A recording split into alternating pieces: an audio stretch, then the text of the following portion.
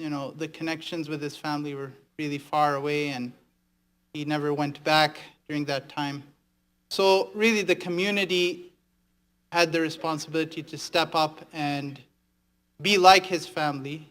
And a number of the brothers, mashallah, la quwwata illa billah, may Allah reward them, they did step up to this, but all of those brothers who I had a chance to speak with, they all feel like, oh man, we left a lot that could have been done, but we never got to doing. And now he's passed away and they feel some level of regret. But that shows you the value that Allah subhanahu wa ta'ala put of this brother in their hearts, that even 1 year after he passed away, they're still remembering him.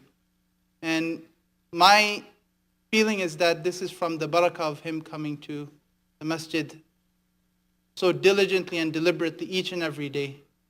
And from the barakah of him coming to the masjid is that people, even though he didn't have family might do it because of their blood ties, they might remember him, they might carry out his will. But brothers who would not have known him except that he was coming to the masjid, they, the sum of money that he was left with, they built him a sadaqah jariyah based on that, and that was with his consent in his last few days. They built him 2 wells, and Sheikh Uthman went and visited those, I believe. So there's 2 wells in West Africa, in Burkina Faso. And those are as sadaqah jariyahs, and inshallah he'll be receiving the reward for those 2 wells as long as they're giving water until the Day of Judgment, as long as people are benefiting from those, inshallah. And may Allah have those wells be a source of barakah and continue to benefit more and more people until the Day of Judgment, inshallah. But the takeaway from this is sometimes we might know some people from the masjid, we know their name, we don't look into anything further.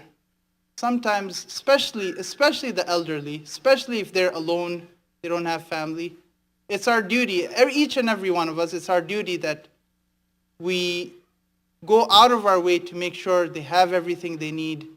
If they have any issues, how can I help? And help doesn't need to be financial. A lot of times it's just, they need, just a reference to a job, for example. Get them started. They have the energy. Even if they're old, sometimes that's all what's required. Sometimes it's something else. Help them find a house. They might have some sort of disability or something. Sometimes it's just because they just can't find a house. Sometimes it's advice. Sometimes it's just having some human contact every day, someone to talk to, someone to have a phone call with, we all went through COVID, we all know how not having human contact all day sometimes, or just staying cooped up in your house and not having anything else to work to do, for how destructive that can be.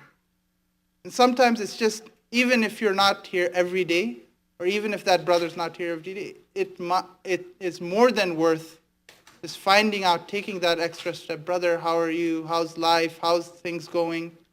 And one of the results of this good behavior, some of the brothers Dr. Irfan was mentioning to me, they started with this brother Saeed. They helped him out while he was homeless. They helped him with some money and on a monthly basis, and they were able to get him at least a house. And that helped him stay on his feet at least, and be in a much better condition than he would have been if he was still outside. That eventually turned into NAS, which have what it stands for. Yeah, almost done. So that's an organization that now helps in many different places and helps with large amounts of money, but it was a small effort that started here. So with all those takeaways, inshallah, we all have something to think about and benefit from. So jazakumullah khair, barakallah feekum. Yeah, may Allah have mercy on Brother Saeed. Subhanallah, it was with all difficulties, it was coming to the masjid every day. Subhanallah.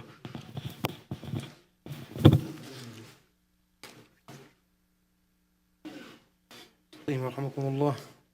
الله أكبر.